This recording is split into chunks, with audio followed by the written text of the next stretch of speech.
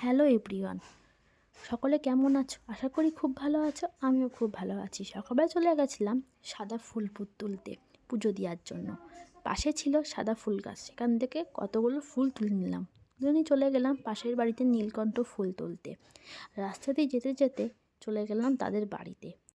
তারপর তাদের বাড়িতে গিয়ে দেখি গাছে মাত্র 3টে ফুল ফুটে আছে, দুটো নীল আর দুটো সাদা। প্রথমে নীলটা তুললাম, তারপর সাদা নীলকণ্ঠটা তুলে নিলাম।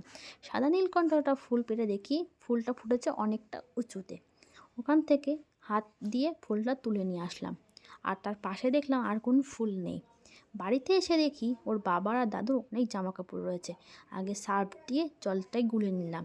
সার্ফ দিয়ে গুলে নেওয়ার পরে ওর বাবার জামাটা আগে কেচে নিলাম। বাবার জামাটা কেচে দিয়ে ওর দাদুরগুলো তারপরে ভিজালাম। দাদুরগুলো ভিজানো হয়ে যাওয়ার পরে চলে গেলাম ওর টিফিন তৈরি করতে। ওর টিফিন করে দিলাম চা আর রুটি।